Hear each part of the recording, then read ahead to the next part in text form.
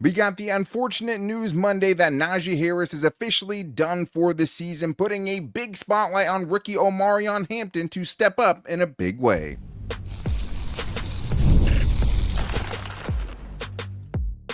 You are Locked On Chargers, your daily podcast on the Los Angeles Chargers. Part of the Locked On Podcast Network, your team every day. What is up, and welcome into the Locked On Chargers podcast. I'm your host, Daniel Wade, joined as always by my co-host, David Droegemeier, and we've been covering the Chargers now for 10 seasons, but this is our 8th year as the host of the Locked On Chargers podcast, bringing you your team every day.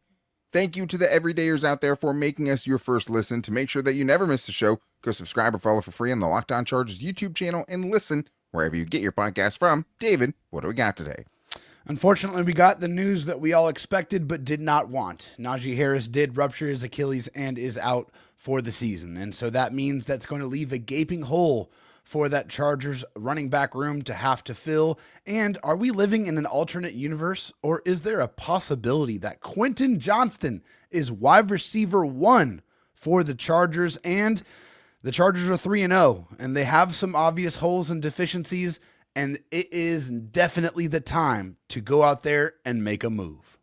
I think they've shown with a 3-0 start, this is a team worth investing in, and it's time to make a move. But today's episode is brought to you by FanDuel. Right now, new customers can bet just $5, and if your bet wins, you'll get $300 in bonus bets to use across the app.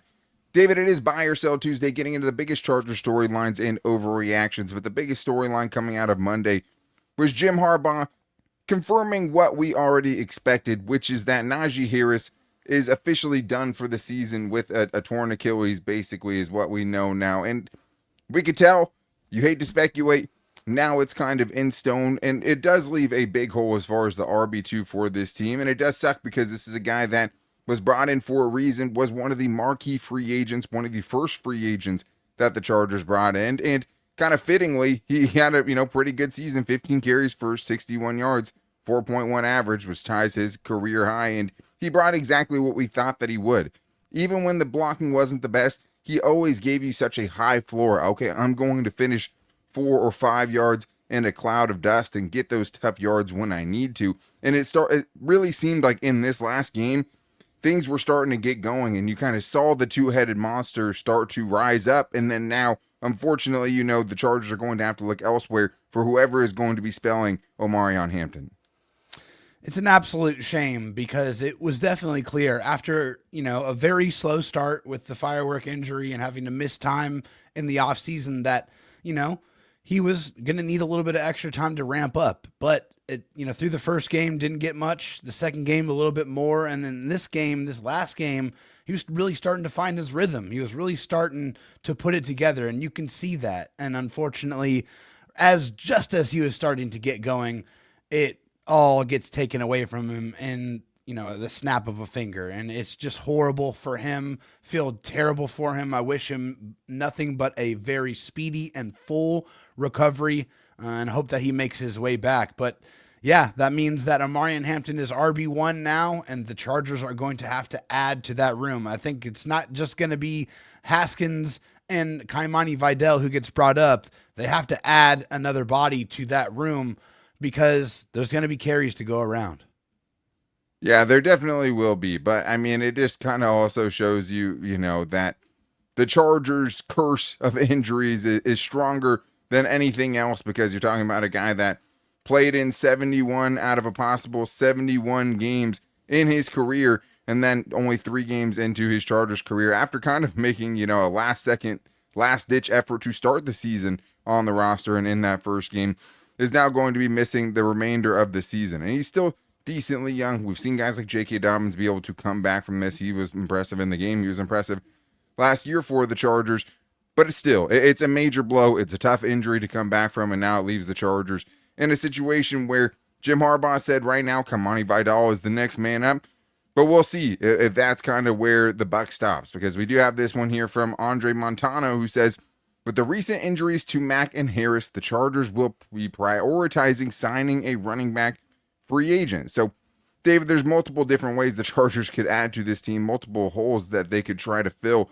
But do you think that we will see them, bring in someone else to potentially compete with Kamani Vidal for that second running back spot? Yeah, without a doubt. I think the Chargers are going to have some guys come in and try out for the position. There's not a lot out there. I mean, there's a couple of guys that has some NFL experience. Khalil Herbert, 4.8 yards per carry in his career. Zach Moss, 5 years in the league, has 16 touchdowns, 4.2 yards per carry. Both guys that have never been the main guy, but has been part of a rotation. And so maybe that would fit. Obviously, the Chargers had Naheem Miller-Hines in the offseason and in the preseason. That might be someone that they might reach out to and try to bring back into the fold. But, hey, I'm sure they're going to be scouring practice squads and seeing if there's any guys that fit the type of style that they want to play. But, yeah, I would be shocked if they don't bring in multiple guys for tryouts to be able to add to this room. Yeah, they will. And I think it's more just about kind of what the quality or caliber of players that they're going to try to bring in, right? Because we saw last week with the move of Khalil Mack going to injured reserve, the Chargers ended up bringing in Cleveland Farrell. They bring in Rashad Weaver, 2 edge guys on the practice squad to potentially give them some snaps. And I think really based on everything we saw last year and everything we've seen so far this year, that is kind of the level of guys that they should be, they will be probably bringing in. And what I, fear is a potential Gus Edwards reunion because he's sitting out there on the street. But also, kind of hoping we get to see Omarion Johnson, undrafted free agent they brought in from the Packers after not bringing back Rocket Sanders and keeping him on the team, which I know has upset a lot of people, especially right now, given their situation. But he was pretty impressive in the preseason. 99 of his 115 rushing yards came after contact. 5th in the preseason with anyone 10 attempts or more in yards after contact per attempt. 13th in missed tackles, forced 6th in elusiveness rating. So maybe something there, but Jim Harbaugh saying right now, Kamani Vidal is the guy, and cool for him to get another chance. We'll see if he can, no pun intended, run with it. But let's get to this next buy or sell here from Durd the Nerd, who says, buy or sell, Omarion Hampton will have a 1,000-yard season. This is a buy or sell we've done before. One that maybe we poo-pooed a little bit because of the split with Najee Harris, but the situation has changed, and now it's clear that he is the bell cow back going forward. Right now, 42 carries, 142 yards. He's on pace for 804 yards, but the situation has changed now. David, do you think he can eclipse 1,000 yards and be the first rookie running back to do it since LaDainian Tomlinson? Yes, I'm going to buy it. And of course, beforehand, I didn't think that there was a road to be able to get there because of how the carries were going to be split up. But I do feel like now it's going to be much more of the bell cow type of back situation, just because that's kind of how they're set up now. And Omarion showed that he can handle that. He can handle that also on the ground and through the air. And if you do the math, the very, very simple math here, in order for him to hit 1,000 rushing yards in the remaining games, he needs to average about 61 yards per game. And I think with the uptick in carries that he's going to receive, I think that is something that he will be able to accomplish in his rookie season.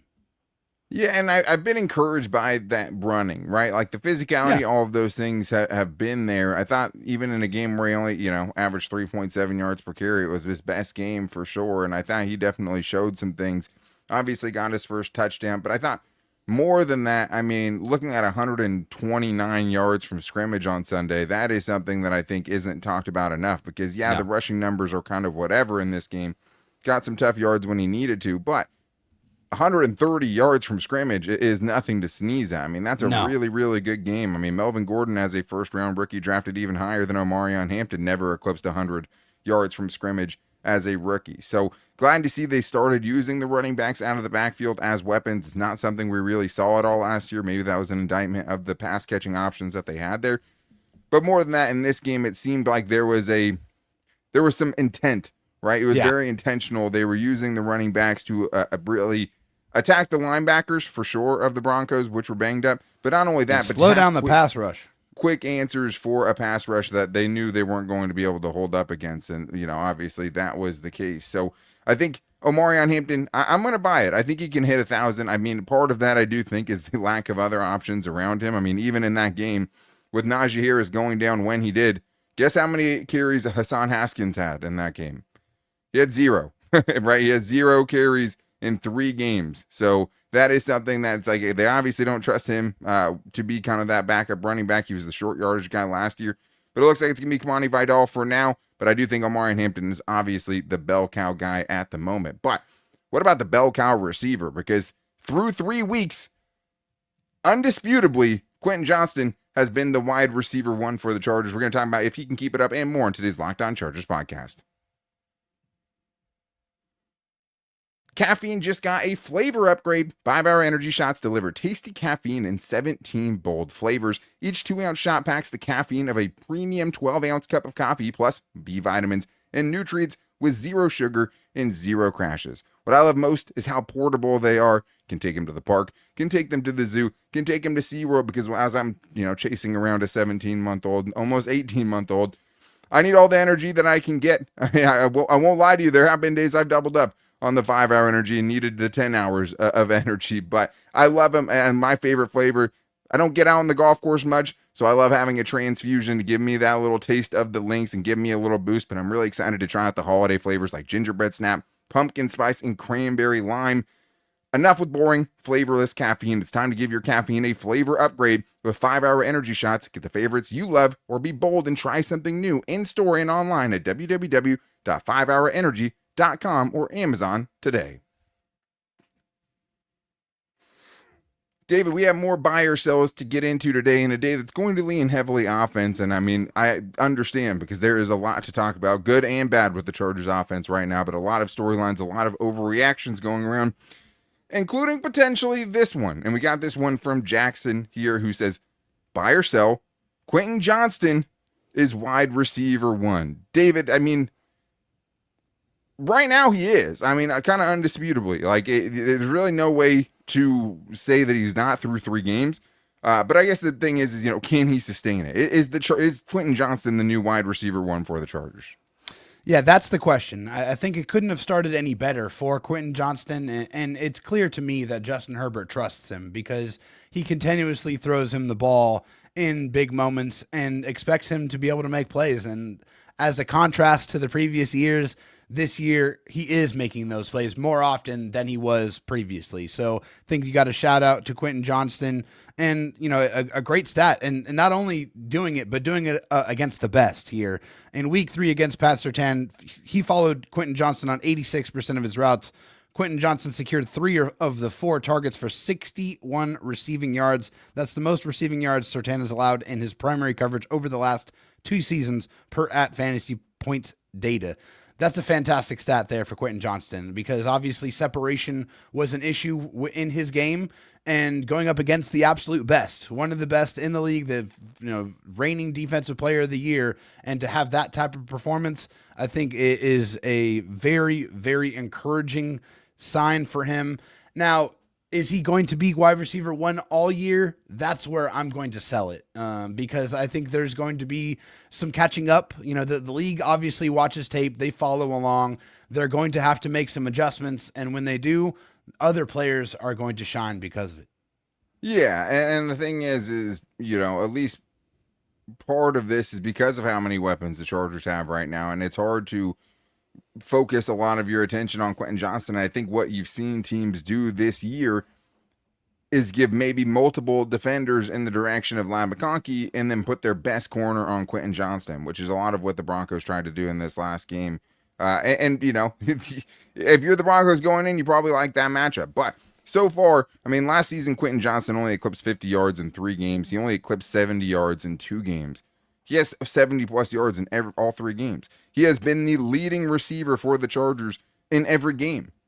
Like that, he's been wide receiver one. And You're right. To do it against Pat Surtain II in that game was awesome to see. But what was even better to see was the kind of catches he was making. Yeah. Even the one where he broke away. He turned a 7-yard gain on a 3rd and 7 into a 37-yard gain, breaking out of, multiple tackles. I don't know what happened there. They just kind of let him go. He made him they didn't pay finish the the price play for it. Yeah, and that's, playing through the whistle, a very hardball type of play for him, but also made the best catch that he's ever had, high pointing it. I heard someone say contorting his body. He mossed Riley Moss on the play. A great throw from Justin Herbert, rolling out to the right, throwing one up to him and trusting him, which there's a lot of times I've questioned the trust that Justin Herbert has shown in Quentin Johnston, but he keeps going back to him, and now it's starting to pay off for him. But to see him go high point a ball like that, make a tough grab, I thought was great. Now, To me, Lad McConkey is wide receiver 1 until proven otherwise. But I do think, I mean, man, like, it's not fake. We wondered what it would look like if Quentin Johnston took another leap. It's clear that he has. And right now, this is per Mike Renner, who did the math. QJ's on pace for 79 catches, 1,354 yards, and obviously 17 touchdowns because he has 3 in 3 games. But that's first round numbers right there, Daniel. Yeah. Keenan Allen also on pace for 17 touchdowns. But let's get to this next buy or sell here from me. And it is buy or sell. Lad McConkey will still lead the team in receiving yards. So I'm going to buy this. Right now, 15 catches for 163 yards. Nothing special from Lad through 3 games. Hasn't had the big game yet, about 80 yards or so less than what Quentin Johnston has to this point. But we also haven't seen that big game yet. And I know it seems like a slow start for him, but last year through 3 games, he only had 10 catches for 109 yards. And we were all wondering, when he was going to get more involved. So I'd say stay the course. To me, Lad McConkey still the best all-around wide receiver on this team and all of the things that he does well. Teams have obviously been paying a lot of attention to him, but I do think that as things even out, as things regress to the mean to a certain extent with Quentin Johnston, you will see Lad McConkey taking his rightful place on the throne of wide receiver 1 for the Chargers this year. Yeah, I think I'm going to agree with that as well. I'm going to buy it as well. I love what Quentin Johnston has done to start his season. But yeah, I think there's going to be some type of regression throughout the season. And I think with Lad and his skill set and the way he plays the receiver position and how he gets open is going to be what is going to win out here. A guy that just has the quickness, has the precision, has the really just innate ability to understand where he needs to be and present himself to Justin Herbert in that way. I think that's going to, really result in some big games. And I think that's going to have him catch up and eventually surpass and become what we all know him to be, which is the number 1 wide receiver on this football team. Yeah, he's just the best. I mean, assuming that he stays on the field, for pretty much all of the season, I still think he'll end up with the most receiving yards on this team and probably the most receptions too. But there is a guy that might have something to say about it. And the next buy or sell is about him. And that buy or sell is buy or sell. Keenan Allen was the Chargers' best free agent addition. I mean, to me, David, I'm buying this one, and it's not particularly close at this point. Yeah, I'm going to buy it as well. And right here is the prototypical Keenan Allen stat. 13 of his 19 receptions have resulted in a first down. That is what Keenan Allen brings to the table. The guy is automatic in those situations on 3rd down, 4th down, where you need to have somebody make a play and somebody you trust to be able to see what the defender is doing in front of him and be able to have the option to be able to run the right route to get open and be secure and be reliable to catch the football from Justin Herbert. And it's been a thing of beauty so far, and it's been great to watch.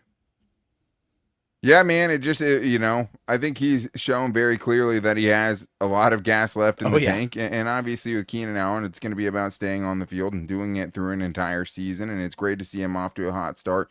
And they're showing you how much right now they need him to be out there. And it's crazy, honestly, just because without Mike Williams getting hurt, we probably don't see Keenan Allen. That's the way this season was trending, right? It didn't seem like there was real consideration for the Chargers to bring Slayer back until Mike Williams had his season-ending injury, I guess so. His career ending, he retired from it, and he said he might come back at some point. But either way, in a different universe, things play out a lot differently. But it's hard to say they would have been better with Mike Williams at this point. No shade, but he's just been so invaluable on those big downs, making these big catches, including the biggest catch of the season by any Chargers wide receiver so far in the end zone. In blanket coverage, coming down with a tough catch for the game-tying touchdown last week. But it's crazy, man, because, before the season, we were wondering, can he get that all-time receptions lead, right? Needed 52 to get there. Right now, he's on pace to double that. He's on pace he's going to get that, no problem. Shatter it. It's crazy. He's still not on pace to get that record for receiving yards because he would have needed a 1,300-yard season. But right now, he's on pace for 1,100 yards, 17 touchdowns, obviously, and 107 catches. I don't think that him and Quentin Johnston are both going to have 17 touchdowns, but the fact that that would be really fun. Have 6 touchdowns through 2 games is pretty insane. Yeah, if you ask me. So, Mekhi Becton, maybe in concussion protocol, maybe he comes back and makes a push and is just a dominant guy that they end up, finding their run game behind. I hope so. Najee Harris, obviously, that one's cut short, but like it's Keenan Allen and everybody else, and this was the last significant free agent signing that the Chargers made, which is pretty crazy because it almost didn't happen. But we still have more buy or sells to get into, including why the window is open now and the Chargers need to make a move, especially for a potential offensive lineman, and also why we think Gaston is going to be active for every game for the rest of the season. We're getting into all that and more in today's Locked On Chargers podcast. First, though, I need to tell you guys that the NFL season is here, and FanDuel is making sure you're ready for kickoff with a can't-miss offer. Right now, new customers can bet just $5, and if your bet wins, you'll get $300 in bonus bets to use across the app. I love using FanDuel because it fits however you like to bet. If you want to do player props, you can do that. If you want to build a same-game parlay, you can do that, or even jumping in on live action as the game unfolds. It makes every game more exciting, whether you're watching your team or just trying to keep an eye on your fantasy lineup, and it's quick, easy, and the best way to add a little bit of energy to your Sundays. Right now, the odds are already out for the Chargers' East Coast trip to face the New York Giants next Sunday, and the Chargers opened up as 5.5-point favorites. After last night's game, the numbers are swinging even more in the Chargers' direction. They are currently 6.5-point favorites to face the Giants next Sunday in an early East Coast time slot, right? Chargers traveling a long ways to get there. But which quarterback are we going to see in that one? Will we see some Jackson Dart? I would say with Jesse Minter, I wouldn't do it. But are you ready to play? Download the FanDuel app now by visiting FanDuel.com to get started. That's FanDuel.com to place your first $5 bet. David, we still have more buy or sells to get into, and thank you to the everydayers out there because we had some stuff that we had to talk about today, especially with the Najee Harris news, but we had a bunch of good buy or sells. We might roll some of them over for the first Chargers mailbag of the season because we've had, Friday night games and Monday night games. The schedule's been a little bit out of whack, but we will be back in regularly scheduled programming, a Day on Henley interview also on another one of those. But tomorrow we'll have some Chargers mailbag to get to the other everydayers that we didn't get to on today's show, and you guys can hit us up at Locked On LAC, YouTube, wherever you want to get yours in. But thank you, as always, for making us your first listen. If you need a second listen, make sure to check out this slate of Locked On NFL, 2 shows a day with Tyler the Madman Rowland, giving you a double shot of NFL espresso, or kick back in the barbershop with my guy Tony Wiggins on YouTube and wherever you get your podcast from. David, the Chargers at 3-0 have a different complexion than the team that we saw going into the season, which had some major flaws, and we've seen some of those exacerbated, and there are things that are flawed about this team. But what we know now, though, is the Chiefs are 1-2. Everybody in your division is 1-2 through 3 weeks. The AFC, down a little bit for some of the top teams. It feels like there's a window here that's open, especially if the Chargers can keep it rolling and beat the Giants this week, and go in, halfway through the season, you get to, 6-7 wins. You might be able to do something. But I think the part of this is the important thing is it feels like a team that's worth investing in, and I think that's what Athir is going for here. Daniel, David, my boys, this is Athir. Buy or sell Tuesday in overreaction. It is time for Coach Harbaugh and Joe Ortiz to go make a trade and quit worry about the draft picks and make a trade for an offensive lineman, okay? Or maybe 2. They cannot lose the season like that. What do you got to say? Thank you. Well, Athir, what if I told you they already made a trade for an offensive lineman? Chargers had a 2027 conditional 7th round pick for Austin Dequis, who actually got some playing time in this last game with Trey Pipkins battling an injury and an eye poke also to boot. Yeah, I think like the thing is here is the chances to make a major move at this position have probably passed you by for the most part. It doesn't mean it can't be done. And if you can, you do it. Like if that is probably number one in the pecking order, if you could find an interior lineman replacement, a right tackle replacement potentially to rival Trey Pipkins or outplay him, you make that move 100 times out of 100. But I think the hard thing right now is the Chargers are kind of stuck in a purgatory where no team is really bad enough to ship off good players at this point because the season's not really over for anyone. And also, David, the biggest thing that we always talk about in this conversation, which is just the fact that teams almost never trade away veteran quality offensive linemen. We have seen it. Laramie Tunsil got traded to the Commanders this year. Joe Thuney's a guy I wouldn't think would get traded. He got traded to the Bears. It can happen, but teams are very, very reluctant to do it. Yeah, I mean, it's very, very important to be able to keep those guys to protect your quarterback. I mean, that's why these moves don't happen. But yeah, I think right now there is 6 0-3 teams, and the Buzzards are definitely going to be starting to fly around those teams for sure. And as things continue to get worse, as we get closer and closer to the trade deadline, and the Chargers, if they keep winning, then yeah, that pressure to keep adding to this team to be able to shore up those holes before you won't have the opportunity to tap into that avenue to improve your football team is going to ratchet up. And I am absolutely of the mind that they should go make a move if there is a move out there to make. I think Peter Skoronski of the Titans is a quality player at the guard position, has a 72.6 overall grade. Luke Newman, 69.7, another guy on one of those 0-3 teams. But yeah, I mean, it's probably a little too early to try to be able to pull, but I don't think it should just be relegated to just the offensive line. I think they should be looking to add more edge rushers. I think they should be looking at a couple of other positions as well, just to shore things up, to be able to put themselves in the best position to go win in the playoffs this season. Yeah, I mean, obviously we're coming off of a game where you had Trey Pipkins allowing 9 pressures. Obviously, battling an ankle injury and an eye poke, like I talked about. Maybe too soon to give him an apology last week, probably. You have Mekhi Becton in the concussion protocol, and Justin Herbert just faced the most pressure he ever has in any game in his career of terrible offensive lines. So yeah, I mean, if there's a move to be made, make it. I think the thing is like, to your point, yeah, there are 0-3 teams. The problem is a lot of those bad teams have young quarterbacks, so they're not just going to throw to the Lions for the rest of the season and trade away guys that are getting playing time. I mean, you're hoping to get somebody's reserve probably at best for the most part, and it's just unlikely. But yeah, I would say, hey, the window's open. If you have a chance to get a difference-making player or someone that can clearly improve a giant hole on your roster, you go do it. But the Chargers also have found some guys, but especially lately, that have been contributors that maybe we didn't know what their contributions would be, including Oronde Gaston, and I know Luke from San Diego is definitely excited about it. Hey, D&D, this is Luke from San Diego, currently traveling in Spain. I watched the game with a Spanish friend, and what a fantastic win. Buy or sell for you, Oronde Gaston, with his performance tonight, he will be active the entire rest of the season. What do you think? Awesome win. Fantastic. Go Bolts.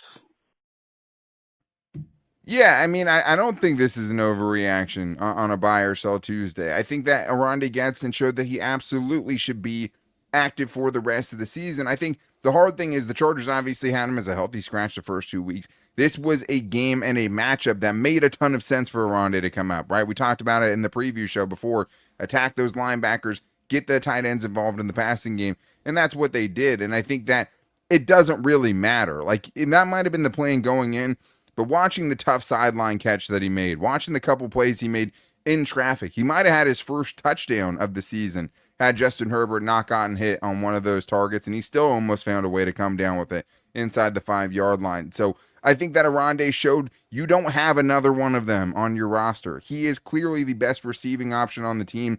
Last year, Will Dissly, I mean, it's hard because you're talking about 5 catches for 46 yards. It doesn't seem crazy, right?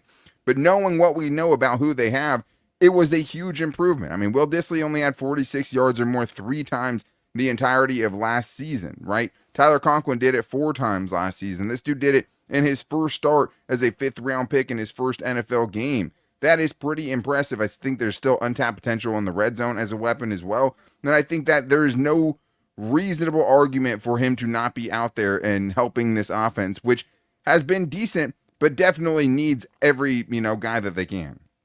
This was a guy that was just waiting patiently in the wings for his opportunity. And when he got it, he made the most of it. And he showed that he was not too big for the moment was not too big for him, that he was prepared and he was ready to go. When his number was called, he answered that call. 5 receptions on 6 targets, As you mentioned, the 46 yards, 9.2 yards per reception, a passer rating when targeted of 98.6, and an average depth of target of 8.3 yards. So they were targeting him down the field, and that's what we that's envisioned. pretty short. 8.3 yards is, a pretty small number, I would say. I mean, it's getting close to a first down. I mean, if you're getting 8 yards per reception, Sure. I'm good with that. I'll take it every single time. Sure. That he lines up there. But yeah, I'm just saying, like, when I would the say that moment the was targets there, downfield are probably more to come, right? I mean, I'm just trying to clear it up there, just because that's a really small number, obviously. But yeah, I mean, to your point, there was a focus, right? We can't run the ball potentially in this game. We know our offensive line can't hold up against this defensive line. They can't. What can we do? Can we supplant the running game with a quick 6-yard pass over the middle? But it was up to Oronde Gadsden to be able to make those catches and hang on to them. And most importantly, David, earn trust with Justin Herbert in a real game with real stakes. Yeah, in the big moments too, especially on the last drive, he had 2 big catches that absolutely contributed to them staying on the field and setting up that game-winning field goal. Those are big moments and moments that your quarterback will remember.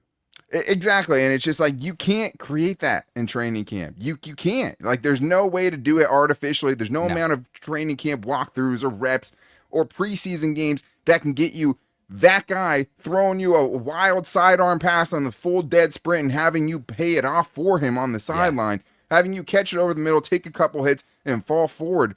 You can't manufacture that. Like, he showed that in the game. He showed a lot of the questions we had about him, that he does belong at this level. And man, it's so exciting because, as you've said many times, like, this dude needs to get on the field. He could be the next big thing and maybe the first real pass catching tight end that Justin Herbert has really ever had since his rookie season when he had Hunter Henry. But let's get to the last one here for fun. And it is from me. And it is just this simply, David, buy or sell. Cameron Dicker needs a lifetime contract with the Chargers. Sign him up right now. This dude's got ice water in his veins. He never gets too high, never gets too low. When his number is called, when the moment calls for you to have ice water in your veins, he has it, and he is automatic. Pat McAfee said it best. When he trots out there onto the field, you have 100% confidence that he's going to kick that ball through the uprights.